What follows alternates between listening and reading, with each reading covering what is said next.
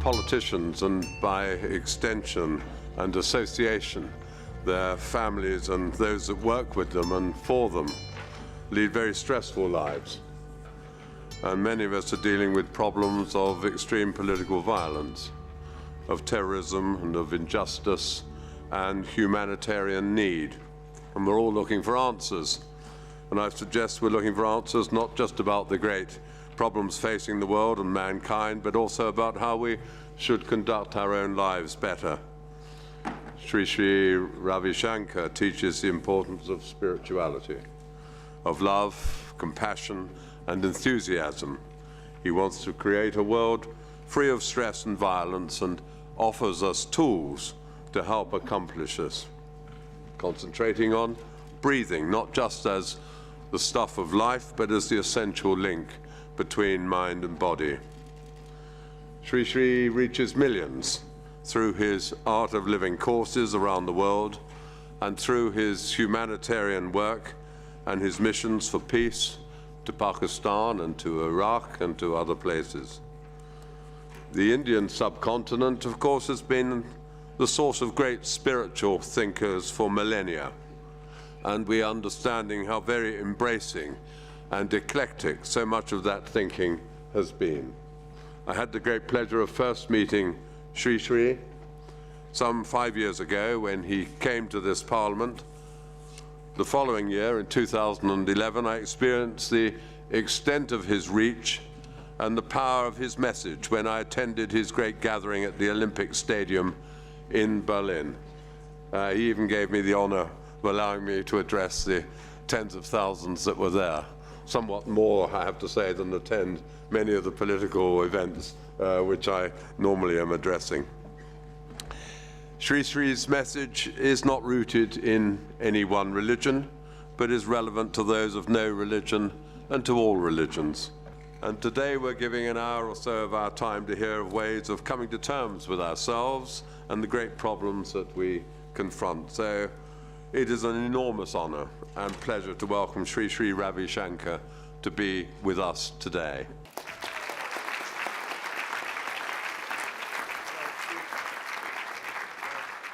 Thank you very much, Honorable Chairman of the House, and the dignitaries on the dais, my friends, His Excellencies, and members of this great European Parliament.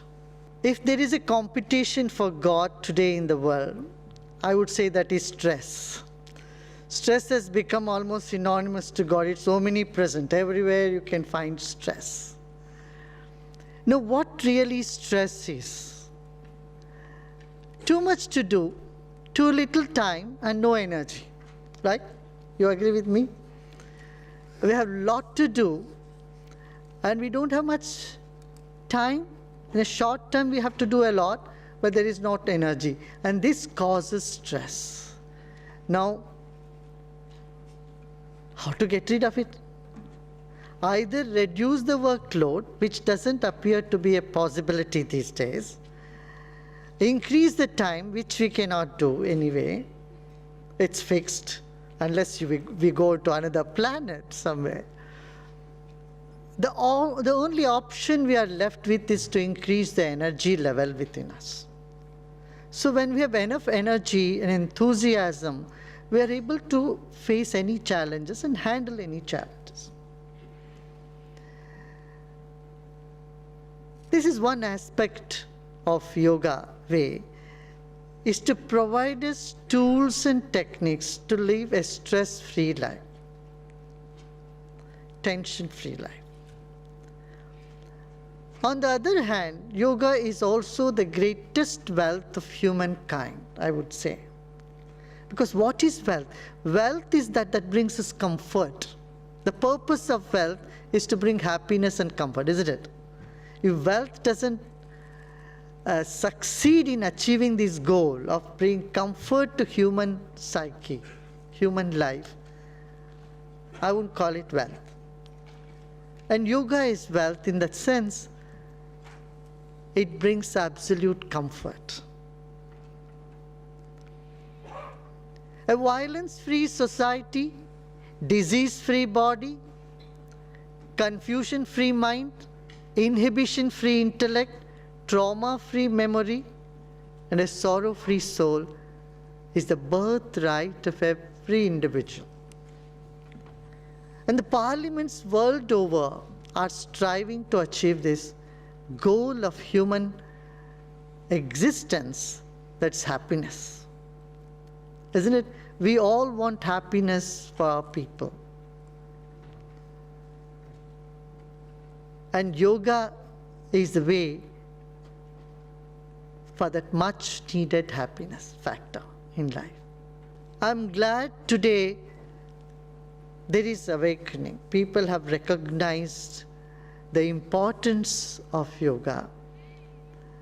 World over, yoga has become synonymous with relaxation, happiness, or a creative mind. Even big companies in advertisement, they put people sitting in a yoga position in meditation pose to depict the inner peace one has. That's a very welcome move. But one thing I would like to remind you, whether we like it or not, we're all born yogis. You don't need a yoga teacher. If you observe a baby anywhere in the world, from the age of 3 months to the age of 3 years, a baby does all the yoga postures, the breathing, the way they sleep, the way they smile, everything is yoga. Right? Baby is a yoga teacher. And see, a baby is a yogi. And that's how baby is stress-free. There is happiness, you know. A baby smiles 400 times a day. And yoga, purpose of yoga is to put a smile on you. In spite of all the stress and tension or situations that we are put in our day-to-day life.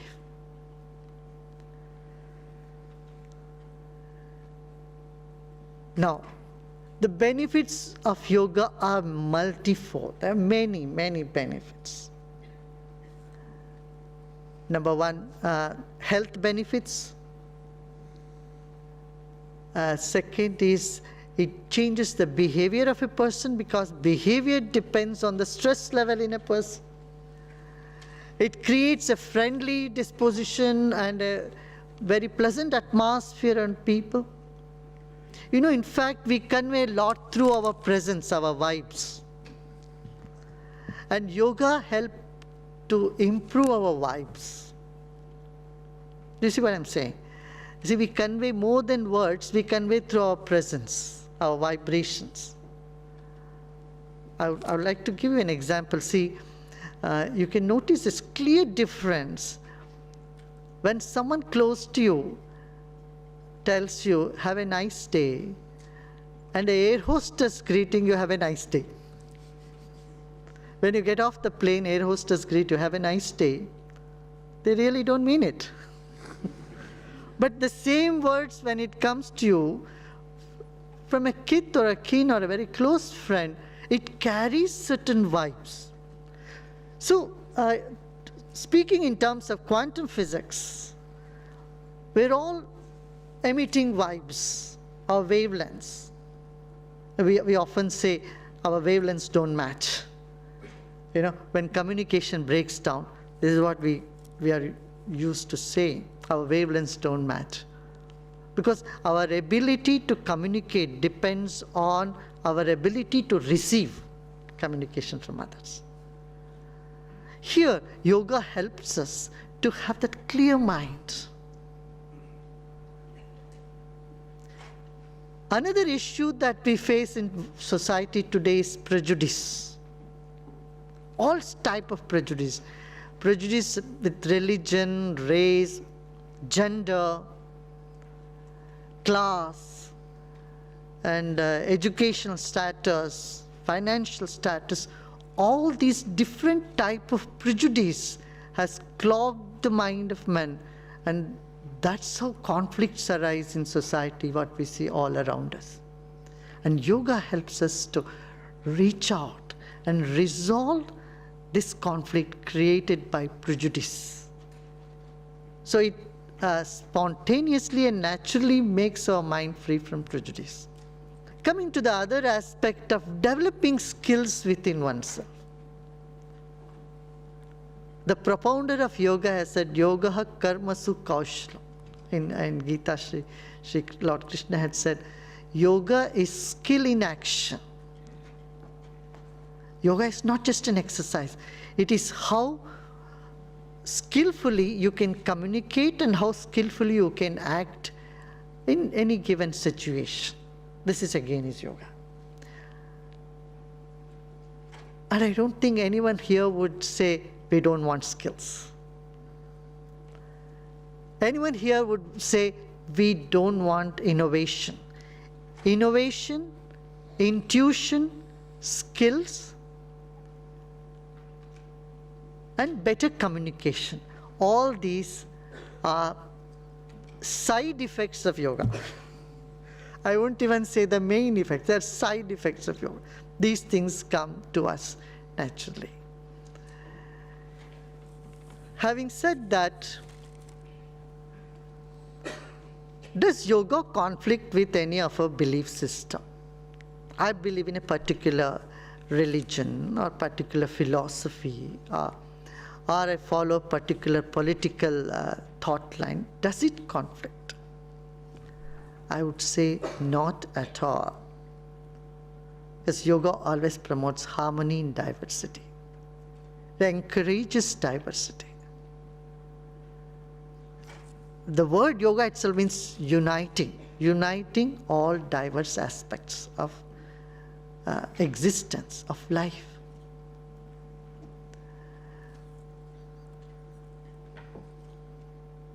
Now, whether someone is a businessman or a public figure or private individual, you want peace, you want to smile, you want to be happy. And this happiness can only happen when we look into the root cause of it, of unhappiness. And unhappiness is because lack of vision, stress, tension. So again, European Union have been talking quite a bit about also GDH. I suppose from GDP we are moving towards GDH, gross domestic happiness. And here is something that can aid that. Aid can be a very, very useful tool. A large percentage of this of our population today is suffering from depression. And just popping a Prozac and other antidepressant is not going to help in the long run. We need something that's so natural as our breath, that we can use and elevate our spirit and feel that much needed happiness, the pursuit of happiness with everybody is after.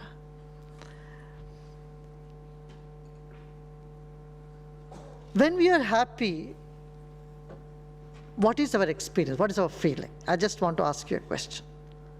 When you're happy, what is that you feel? Have you noticed a sense of expansion within you? Suppose you're complimented or you accomplished something you wanted to accomplish. You find there is something in you expanding. At the same time, when we face a failure or when someone insults us, what happens in us? There is something in us that shrinks. So, yoga is putting our attention to this something in us that seems to be expanding when we are happy and crushing or contracting when we feel unhappy. Often we feel helpless about our negative emotions because neither in school nor at home, anyone teaches us how to handle our negative emotion, right? If you are upset, you remain upset to wait for time to heal you. Yoga has the secret to turn this state of mind. It makes you so independent, empowers you to feel the way you want to feel at any time instead of being a victim of your own feelings.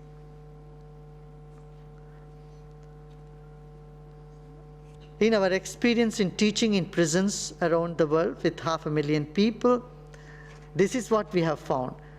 Every culprit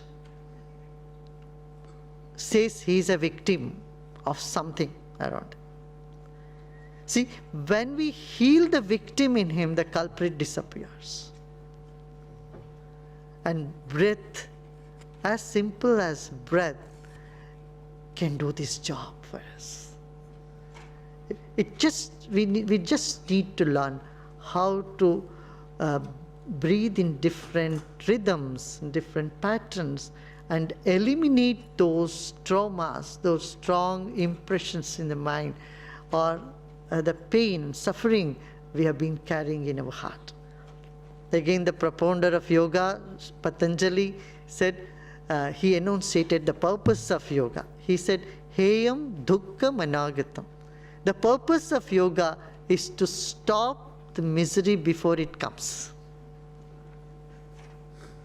So, on many counts, this is very useful. When a conflict is boiling somewhere, ask people to breathe and sit together and communicate better. You can see you can resolve the conflict right at the very root cause of it. Whether it's greed, jealousy, anger, hatred, or frustration, all these negative emotions can be healed or reoriented through yoga. And this is my experience throughout the world. Having said this, I would also say one more thing. Yoga also helps someone to be more responsible, to take more responsibility in life. This is called karma yogi. A karma yogi is one who takes responsibility. We all play many roles in our life. We have an option to play the role either as a yogi or as a non-yogi, or one who is responsible and one who is not so responsible. You can have a responsible teacher, a doctor with responsibility, a businessman who cares, who has responsibility. That caring and sharing and responsibility are the characters that yoga simply nurtures inside of us.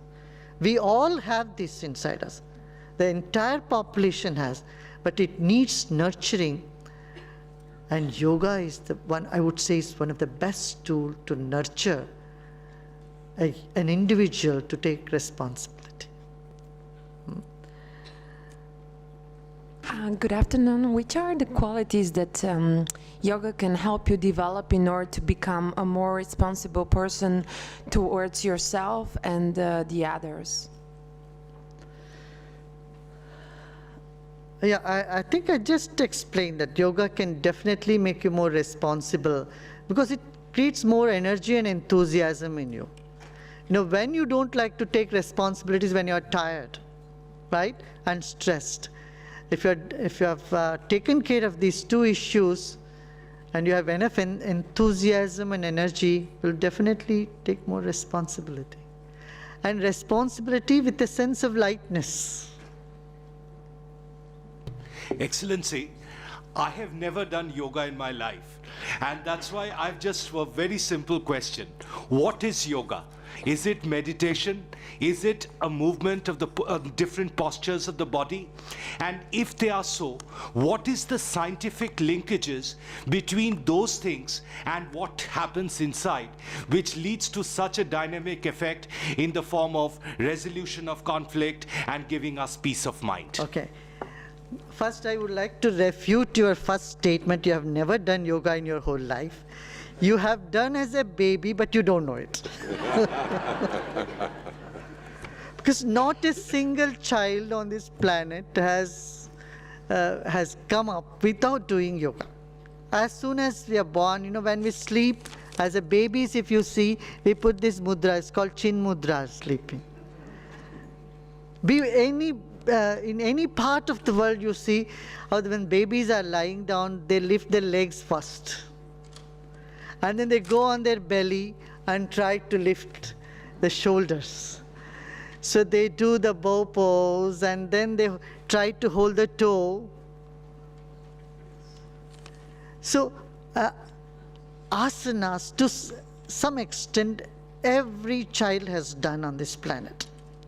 And then coming to the breathing pattern, the way we breathe is much different from the way baby breathes. And baby has a stress-free mind, a happy mind. So all the signs of yoga are already there in a baby. So we have all been yogi, we are just going back to our roots. And now yoga is 8 folds. 8-fold yoga. 8 steps to it. One among that is exercise also, certain postures, physical postures. But mainly maintaining the equanimity in the mind, in the center core. Samatvam yoga uchyate. Yoga is equilibrium in mind. What you can do with mindfulness, any action that you can do, you're performing, at the same time you are aware of it, what you are doing, what you're saying, makes you a yogi. And what is the scientific basis? What happens actually? See, science is a systematic, logical understanding of what is. In the sense, yoga is a science, that it is a systematic understanding of the subject. Knowing what this is science. Knowing who am I is spirituality. But both are science. Shriji, you've been teaching for many years. May I ask you, over all those years, have you changed your mind on any aspect of your teaching? Do you think now you're a very different person to when you started? I would say, if you ask me, this is a part of me, it's the same throughout. I have not changed. And if you ask me on the other count, have your activities expanded? I would say yes. There are many challenges. Now I am ready to take many more challenges. In that sense, yes. So the answer to this question would be yes and no. But I'd just like to be devil's advocate, speaking as a Christian, as a Catholic. What do you say to those, particularly, leaders of monotheistic religions, senior clerics in my own religion, in my own faith, the Catholics, that say that yoga has its origins in Hinduism and pantheism, and therefore, and also focused entirely on the physical aspects of the body, can undermine Christian prayer, and therefore, for Christians, it's not necessarily the right approach to spirituality. But just as devil's advocate, how would you answer that from, say, you're a devout Christian, whether that's compatible with the practice of yoga? Yeah. I would say by eating Chinese food, we don't turn to become Chinese. And by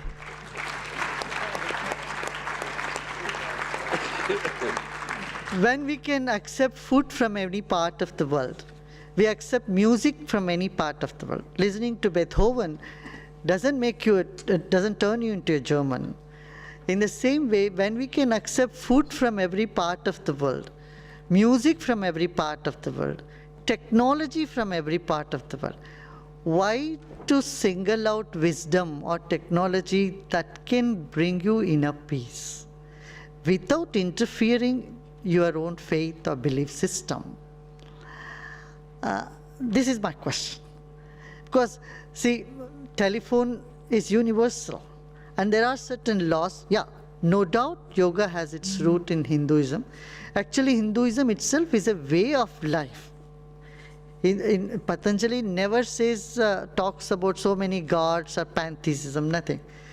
Patanjali simply says there are body, mind, breath, this life force, attend to this. So I would say we should welcome wisdom irrespective of what its source are, as long as it doesn't conflict with our traditions. You know, if we take just a little more time, say about couple of hours, couple of days, 2 hours, we can learn lot many techniques related to our body-mind complex. Simple things which would come in handy for us when we are facing a lot of stress, and when we have to, as decision makers, when we have to make important decisions. I would say just take that 10 minutes, sit back, relax, just center yourself, and you'll find something wonder happening inside of us all. Inside. Our intuition gets triggered. And intuition is something which never goes wrong. If it goes wrong, it's not intuition. Thank you.